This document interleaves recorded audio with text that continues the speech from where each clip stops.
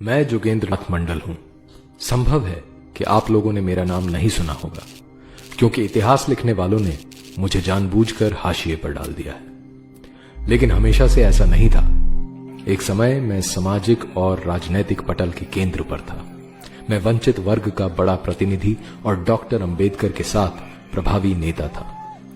आपको आश्चर्य हो सकता है कि मैं बंटवारे के बाद पाकिस्तान का पहला कानून मंत्री बना था, लेकिन 1950 में मैं अपना इस्तीफा देकर भारत लौट आया और 1968 में गुमनामी में मर गया। मैं अपनी कहानी इसलिए नहीं सुना रहा हूं कि लोग मुझे याद करें। मैं ये बिल्कुल भी नहीं चाहता। सच तो यह है कि मैं अपने जीवन को भुला देना चाहता हूं। मैं ये कहानी इसलिए सुना रहा हूं क्योंकि इतिहास अपने को दोहराने की फिराक में है। एक ऐसा भयावह और काला इतिहास जिसने भारत को नोच खाया।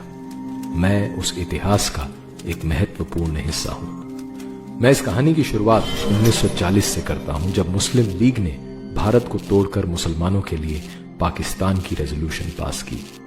उस समय मुसलमानों के एक बड़े वर्ग को छोड़कर किसी ने इसे गंभीरता से नहीं लिया। लेकिन 2-3 साल में ही स्थिति बदल गई और पाकिस्तान की बात हर जगह होने लगी। पाकिस्तान बनाने के लिए जरूरी सारे मोहरे आजमाए जा रहे थे। उसी समय हिंदू शेड्यूल कास्ट राजनीति भी उफान पर थी। 1942 में डॉक्टर अंबेडकर ने शेड्यूल्ड कास्ट्स फेडरेशन बनाई।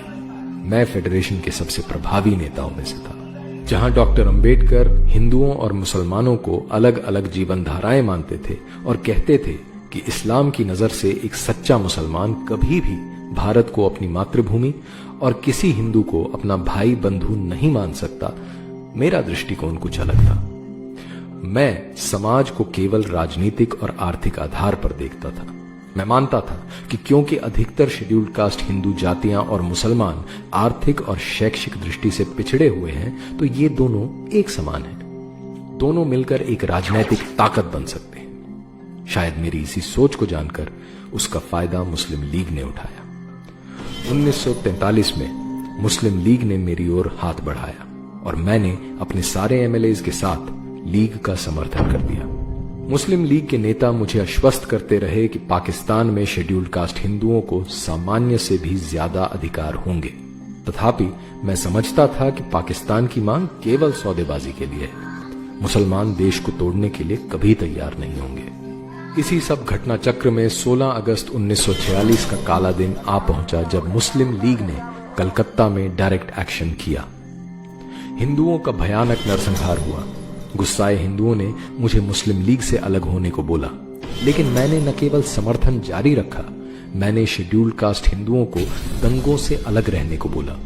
इससे हिंदुओं का नरसंहार आसान हो गया। अक्टूबर में नोवाखाली में डायरेक्ट एक्शन हुआ। मेरी खुद की जाति सहित शेड्यूल्ड कास्ट के हजारों हिंदू मारे गए। हिंदुओं का धर्म परिवर्तन और हिंदू महिलाओं के बलात्कार हुए। इतना ही नहीं, दंगों के बाद मुस्लिम लीग के खिलाफ आए अविश्वास प्रस्ताव को हराने के लिए मैंने समर्थन भी जुटाया। बंगाल जलता रहा, लेकिन मैं मुस्लिम लीग का साथी बना रहा। 14 अगस्त 1947 का दिन भी आ ही पहुंचा, जब मेरी राजनीतिक समझ के विपरीत मुस्लिम लीग पाकिस्तान बनाने में सफल हो ही गई।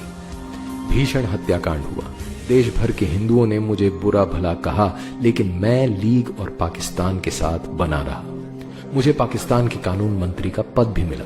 मैंने शेड्यूल्ड कास्ट हिंदुओं से पाकिस्तान में आस्था रखने की अपील की, जिसे मुझ पर विश्वास करके लोगों ने माना भी। लेकिन इसके बाद इस्लामिक पाकिस्तान का असली चेहरा सामने आया। सारे वादे ठुकरा दिए गए। हिंदुओं का नरसंहार शुरू हो गया। हिंदू महिलाओं के बलात्कार, घर जायदाद लूटना, जबरन मुसलमान बनाना आम बात हो गई। मैं हिंदुओं पर हो रहे अत्याचारों की बात उठाने लगा तो मुस्लिम नेता और उलेमा मुझे अपने रास्ते का कांटा समझने लगे। फिर भी मैं पाकिस्तान सरकार को बचाने के लिए झूठे और आधे सच वाले बयान देता रहा। चारों ओर हिंदू मारे जा रहे थे। हिंदू औरतों को पाकिस्तानी फौज और पुलिस रात में अपनी हवस का शिकार बनाती। सबसे बुरा हाल मेरी अपनी जाति का हो रहा था, क्योंकि उन्होंने मुझ पर विश्वास करके आत्मरक्षा का कोई उपाय नहीं किया था। मैं जब गांव के दौरों पर निकलता तो हिंदुओं के कंकालों को कुत्ते और गिद्ध नोचते नजर आते। सिर्फ 10 फरवरी 1950 को ही ढाका में 10,000 हिंदू इसलिए मार दिए गए क्योंकि असेंबली में कुछ हिंदू विधायकों ने वॉकआउट किया। वो सब मेरे सामने ही हुआ। मुझे समझ आ गया कि इस्लामिक पाकिस्तान में हिंदू काफिर जिम्मी से ज्यादा कुछ नहीं है। काश मुझे ये बात तब समझ आ जाती जब डॉक्टर अंबेडकर ने एकदम खुलकर और साफ शब्दों में कही थी। लेकिन तब मुझे समाज का सांस्कृतिक पहलू नजर नहीं आता था। समाज को केवल राजनैतिक और आर्थिक चश्मे से देखने की आदत थी। बहरहाल अपना सब कुछ लुटाकर 8 अक्टूबर 1950